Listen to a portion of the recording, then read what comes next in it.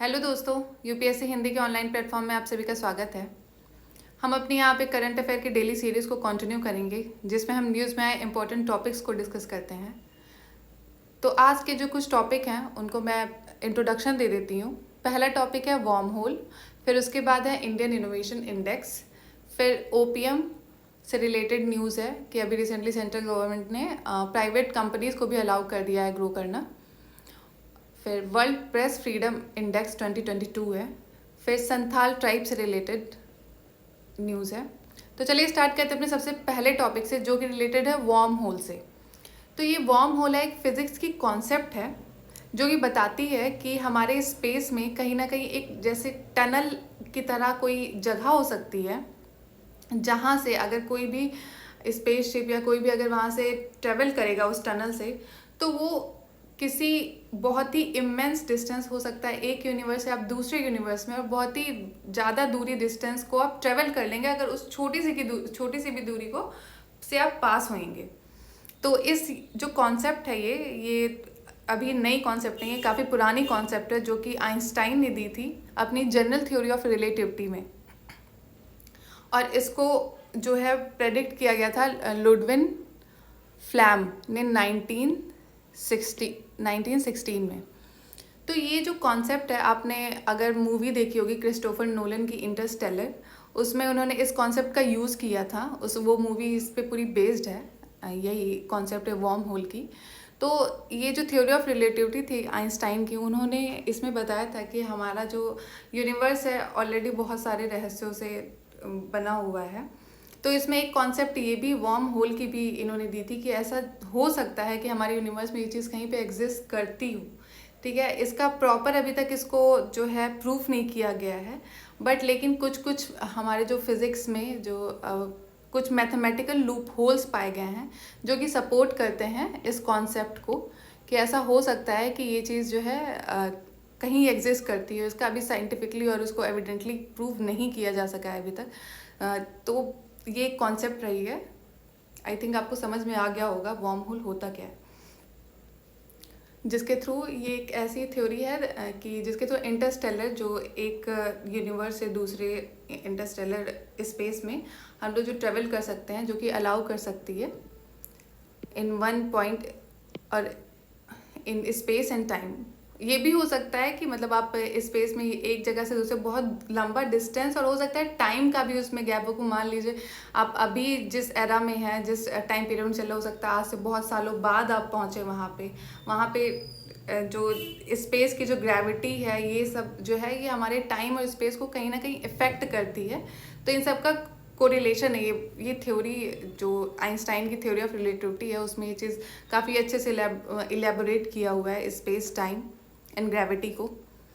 तो worm hole से related जैसे यूपीएससी ने अभी क्वेश्चन पूछे हैं 2018 में, तो ये जो इसी कॉन्सेप्ट पे, इस कॉन्सेप्ट पे नहीं बट इसी से ये जो general theory of relativity Einstein की, उससे रिलेटेड एक क्वेश्चन आया हुआ है 2018 में। तो चलिए क्वेश्चन को देखते हैं। तो हमारा ये जो क्वेश्चन का पहला स्टेटमेंट है, ये बोल रहा है light is affected by gravity, the universe is constantly expanding, matter wraps its surrounding, space time.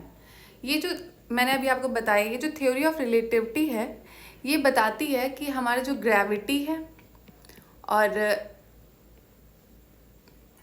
Time और स्पेस, ये चीज़ें जो हैं स्पेस टाइम, ये जो है एक तरह से एक दूसरे से सबका कोरिलेशन है, ये एक तरह से एक दूसरे पे डिपेंड करती हैं। तो ये बहुत बड़ी कॉन्सेप्ट है, ये मैं आपको इतनी छोटी सी वीडियो में नहीं समझा सकती हूँ।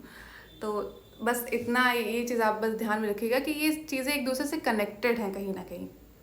और आपके पास अगर टाइम हो तो आप प्लीज़ ये मूवी देखिएगा इंटरस्टेलर। तो इससे ये जो तीनों स्टेटमेंट है, तो पहला तो ये light is affected by gravity is right. फिर नेक्स्ट है यूनिवर्स इज़ कॉन्स्टेंटली एक्सपेंडिंग, कि हमारा जो यूनिवर्स है वो लगातार जो है एक्सपेंड कर रहा है। तो ये भी स्टेटमेंट सही है। फिर नेक्स्ट है matter wraps its surrounding space time. ठीक है, ये तीनों चीज़ें मैंने बताई हैं अभी। तो इसके जो आंसर हो जाएगा 1 2 3। फिर नेक्स्ट आर्टिकल पे आते हैं जो कि रिलेटेड है इंडिया इनोवेशन इंडेक्स 2022 से। तो अभी रिसेंटली नीति आयोग पब्लिश करती है इस इंडेक्स को। तो अभी रिसेंटली 2022 की जो इंडेक्स है, जिसमें हमारे स्टेट में, इंडिया के जितने भी स्टेट्स हैं और यूटीज़ हैं, उनमें इनोवेशन का क्या लेवल है, इसको जो है नीति आयोग के द्वारा पब्लिश किया जाता है। तो इसके कुछ की आउटकम्स हैं। तो इस इंडेक्स में कर्नाटका ने टॉप किया है। फर्स्ट नंबर पे कर्नाटका है, उसके बाद तेलंगाना, हरियाणा, महाराष्ट्र एंड तमिलनाडु, ये टॉप के 5 स्टेट्स हैं। फिर उसके बाद जो है सबसे लास्ट की जो इसमें किया है, आप देख सकते हैं छत्तीसगढ़ जो है बॉटम रैंक पे रहा है। उसके बाद उड़ीसा, बिहार, गुजरात, और यूटी की कैटेगरी में, यूनियन टेरिटरीज़ की कैटेगरी में चंडीगढ़ ने टॉप किया है। और जितनी भी नॉर्थ ईस्ट और हिली स्टेट्स हैं, इसमें मणिपुर का फर्स्ट नंबर रहा है। तो इस जो ये जो रिपोर्ट है, इसने कुछ की इशू पे जो है अपने दिए हैं कि क्या क्या दिक्कतें आनी, क्या क्या चैलेंजेस हैं इंडिया में। इनोवेशन जो है वो पूरी तरह से नहीं कुछ अच्छा परफॉर्म कर पा रहा है बिकॉज ऑफ कुछ रीज़न है। पहला तो लो फंडिंग, कि हमारे जो बजट होता है उसमें आपका जो R&D होता है, रिसर्च एंड डेवलपमेंट पे, बहुत ही कम जो है दिया जाता है। उस बजट उसको अलोकेट होता है विच इज़ लाइक 0.7% एक्सपेंडिचर। और जो हमारी ह्यूमन कैपिटल, आप जानते हैं हमारा डेमोग्राफिक डिविडेंड अभी जो है काफ़ी हाई चल रहा है, जिसमें हमारी जो इंडिया की पॉपुलेशन है वो यंग पॉपुलेशन बहुत ज़्यादा है, बट स्टिल हम लोग उस इतनी बड़ी अपॉर्चुनिटी को नहीं एक तरह से एक्वायर कर पा रहे हैं, नहीं उसका यूज़ कर पा रहे हैं। तो ये भी एक ड्रॉबैक है जिसकी वजह से हम बहुत अच्छा परफॉर्म नहीं कर पा रहे हैं इन सब इंडेक्स में। तो ये कुछ इसके इशू थे इस इंडियन इनोवेशन इंडेक्स से। तो चलिए नेक्स्ट आर्टिकल पे आते हैं, जो कि रिलेटेड है ओपीएम से। ओपीएम अफीम, आई थिंक आप जानते होंगे, ये इसका फ्लावर है। तो अभी रिसेंटली ये न्यूज़ में आया है क्योंकि पहली बार ऐसा हो रहा है कि सेंट्रल गवर्नमेंट ने अलाउ कर दिया है प्राइवेट कंपनीज़ को भी, जैसे कि बजाज हेल्थ केयर है। ये बजाज हेल्थ केयर हमारी इंडियन प्राइवेट फर्म है जो कि प्रोड्यूस कर सकता है कॉन्सेंट्रेटेड पॉपी स्ट्रॉ। ये आप देख सकते हैं, ये पॉपी स्ट्रॉ है जो कि ये ओपीएम का प्लांट है। तो इसका यूज़ जो है हमारे मेडिसिन में, मेडिसिनल पर्पस के लिए इसका होता है। इसको एक्टिव फार्मास्यूटिकल इंग्रेडिएंट क्या होते हैं कि जब भी कोई हमारी मेडिसिन बनती है तो उसमें जो मेडिसिन होता है तो उसका बहुत ज़्यादा जो पार्ट होता है, जो मेनली आपको मान लीजिए सर दर्द की कोई आप दवा ले रहे हो तो उसमें जो मेन इंग्रेडिएंट होगा, जो कि आपका मेन उसका काम ही यही हो कि उसमें ऐसा सब्सटेंस होगा जो कि इसी प्रॉब्लम को आपको काउंटर कर रहा हो, तो ये एक्टिव फार्मास्यूटिकल इंग्रेडिएंट उसे कहते हैं। ठीक है, तो ये जो है ओपीएम है, इसका यूज़ किया जाता है कि इससे जो बहुत सारे अल्कलाइड जो हैं वो डेराइव किए जाते हैं, बनते हैं, जो कि यूज़ किए जाते हैं एपीआई के तौर पे मेडिसिन में, मेडिसिनल पर्पस में, और कफ सिरप। तो इसलिए जो हमारी गवर्नमेंट ने, अब इसमें कुछ प्राइवेट फर्म भी हैं वो भी इसमें पार्टिसिपेट करेंगी। तो कुछ बैकग्राउंड इससे रिलेटेड देख लेते हैं। एक्चुअली ओपीएम की जो हमारे यहाँ कल्टिवेशन हो रहा है, ये काफ़ी टाइम से हो रहा है, ये अभी रिसेंट का नहीं हुआ है, ये काफ़ी समय से हो रहा है कि 15th सेंचुरी से हमारे इंडिया में जो है ओपीएम का कल्टिवेशन हो रहा है। और जब ब्रिटिश ईस्ट इंडिया कंपनी हमारे वहाँ आई थी तो उसने मोनोपोली कर ली थी पूरे कल्टिवेशन पे। और ये जो 1873 का टाइम था, इस वक्त गवर्नमेंट के अंडर कंट्रोल में आ गया था ये कल्टिवेशन इंडिया में। और इसको जो रेगुलेट किया जाता है, इसका जो कल्टिवेशन है वो आता है narcotic drugs and psychotropic substances act and rules के अंदर इसको रेगुलेट किया जाता है इस एक्ट के through. Due to fear of illegal cropping, actually इसका जो है इलीगल क्रॉपिंग लोग इसको गलत यूज़ के लिए करते हैं, तो इसको एज अ ड्रग्स और अपने गलत इलीगल यूज़ इसकी क्रॉपिंग ना हो, तो इसलिए इसको जो है सेंट्रल गवर्नमेंट जो है रेगुलेट करती है अलग अलग इस डिस्ट्रिक्ट्स में। तो मेनली ये जो है इंडिया में 3 स्टेट में इसको उगाया जाता है। पहला है मध्य प्रदेश, फिर उत्तर प्रदेश, फिर राजस्थान, और इसकी 22 डिस्ट्रिक्ट हैं टोटल जहाँ पे इसको उगाया जा सकता है। और सेंट्रल गवर्नमेंट जो है इसका जो है नोटिफिकेशन निकालती रहती है जब भी इसको ग्रो करना होता है। और लाइसेंसिंग पॉलिसी जो है वो गवर्नमेंट ही अलाउ करती है, और हर साल ये जो कल्टीवेशन का जो लाइसेंसिंग पॉलिसी है सेंट्रल गवर्नमेंट देती है। और इंडिया में द इंटायर क्वांटिटी ब्रॉट जो कि गवर्नमेंट कंट्रोल के अंडर है, और इसकी जो फैक्ट्री है उत्तर प्रदेश के गाज़ीपुर में और मध्य प्रदेश के नीमुच जगह पे, ये 2 इसकी फैक्ट्रीज़ हैं, ओपीएम फैक्ट्री। और पूरे वर्ल्ड में 12 कंट्रीज़ हैं केवल, जिसमें इंडिया भी इंक्लूडेड है, जो कि लीगली इसका कल्टीवेशन कराता है फॉर मेडिसिनल यूज़। अब अपने नेक्स्ट आर्टिकल पे आते हैं जो कि रिलेटेड है वर्ल्ड प्रेस फ्रीडम इंडेक्स 2022 के लिए। तो ये जो इंडेक्स है ये रिपोर्टर विदाउट बॉर्डर्स पब्लिश करती है। इस इंडेक्स में इंडिया की रैंक 150 आई है आउट ऑफ 180 कंट्रीज़। और इस इंडेक्स में टॉप किया है नॉर्वे ने, फिर डेनमार्क ने, फिर स्वीडन ने, और सबसे वर्स्ट परफॉर्म किया है नॉर्थ कोरिया ने, और फिर रशिया वर रिप्लेस्ड इन 155th पोजीशन। चलिए इंडिया की जो पोजीशन है बेटर है रशिया से, और नॉर्थ कोरिया बॉटम पे, इसकी 180th होगी बिकॉज लास्ट में बॉटम पे है। तो इससे ये जो इंडेक्स है इसने कुछ चीज़ों को, ड्रॉबैक्स को हाईलाइट किया है कि अभी जो है पोलराइजेशन हो रहा है, 2-fold increase in polarisation amplify information cues. मतलब कि जो एक तरह से जो जितने भी हमारे जो प्रेस रिलेटेड जो वर्कर होते हैं, रिपोर्टर होते हैं, उनकी सेफ्टी और उनसे रिलेटेड जो कंसर्न होते हैं वो कितने डेंजर में है, किसी कंट्री में उनको कैसा उनके साथ बिहेव किया जा रहा है, क्या क्या उनको जो वायलेंस और ये सब फेस करना पड़ रहा है, उससे रिलेटेड पूरी रिसर्च होती है।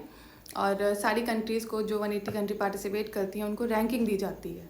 तो इंडिया के लिए बोला गया है कि एक्चुअली इसकी रैंक जब बहुत ही अच्छी नहीं है, 150 है, जो कि काफ़ी नीचे है, तो बोला जा रहा है one of the world's most dangerous country for the media. मतलब मीडिया के लिए बहुत अच्छी, बहुत ही डेंजरस कंट्री है इंडिया को, ऐसा बोला जा रहा है। और फिज़िकल वायलेंस भी जो जर्नलिस्ट हैं वो फेस करते हैं इंडिया में, ऐसा कहा जा रहा है।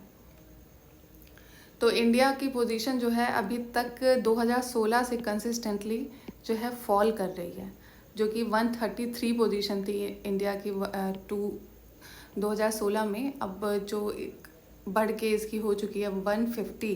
तो देख रहे हैं कि एक तरह से डिक्लाइन कर रही है इसमें। और इंडिया के नेबर कंट्रीज़ जो हैं जैसे कि नेपाल, पाकिस्तान, श्रीलंका, बांग्लादेश, उनकी भी रैंकिंग दी हुई है। चाइना की आप देख सकते हैं 175 है, जो कि बहुत ही बेकार परफॉर्मेंस है। तो अपने लास्ट आर्टिकल पे आते हैं। अभी आप जानते हैं हमारी जो प्रेसिडेंट हैं वो अभी संथाल ट्राइब से बिलोंग करती हैं, तो इसलिए ये जो संथाल ट्राइब्स हैं ये न्यूज़ में आ गई हैं। तो इनसे रिलेटेड कुछ फैक्ट्स हैं, हम देख लेते हैं। तो संथाल जो है हमारे इंडिया में जितनी भी ट्राइबल कम्युनिटीज़ हैं उसमें 3rd लार्जेस्ट कम्युनिटी है। अदर जो है सबसे ज़्यादा गोंड है, फिर उसके बाद भील है, फिर उसके बाद 3rd नंबर पे जो है संथाल कम्युनिटी आती है ट्राइबल पीपल में। और ये झारखंड, बिहार एंड वेस्ट बंगाल में फैली हुई हैं, इन 3 जगहों पर। और ये जो संथाल वर्ड है ये डिराइव होता है संथा वर्ड से। संथा का मतलब है काम एंड पीसफुल, और आला का मतलब है मैन, पीसफुल मैन, संथाल। और चलिए बैकग्राउंड देख लेते हैं। ये जो संथाल है देवर नोमैडिक पीपल थे, नोमैडिक लाइफ जीते थे। संथाल ट्राइब पहले की बात हो रही है, पास्ट की इनके बात हो रही है। और मेनली जो है ये सेटल डाउन हो गए थे कहाँ पे, छोटा नागपुर प्लेटू में। और end of the 18th century ये माइग्रेट हो गए थे संथाल परगना, जो कि बिहार में है, वहाँ पर इनका माइग्रेशन हो गया था। एंड देन दे केम उड़ीसा, फिर उसके बाद वहाँ से इनका माइग्रेशन उड़ीसा और अलग अलग जगहों पे हुआ। तो मोस्टली ये जो है बिहार के संथाल परगना के में रहने वाले ट्राइब है। और इनका मेजर ऑक्यूपेशन क्या है, ये कल्टीवेशन करते हैं, इंडस्ट्रियल लेबर में ये पार्टिसिपेट करते हैं, माइनिंग एक्टिविटी, क्वेरिंग। तो ये आप देख सकते हैं इनके मेजर ऑक्यूपेशन है। और रिलीजन क्या है इनका, ऑटोनॉमस ट्राइबल रिलीजन, इनका खुद का रिलीजन है जिसमें ये नेचर को वर्शिप करते हैं, एंड पे ओबेसेंस एट जाहिर सेक्रेड ग्रोव्स। सेक्रेड ग्रोव्स क्या होते हैं? ये एक तरह से जैसे जो नेचुरल पेड़ होते हैं, इन सब पेड़ जैसी चीज़ हो, जो नेचुरल चीज़ें हैं उनको जो है उनकी पूजा करना, तो ये सीक्रेट ग्रोव्स के अंदर आता है।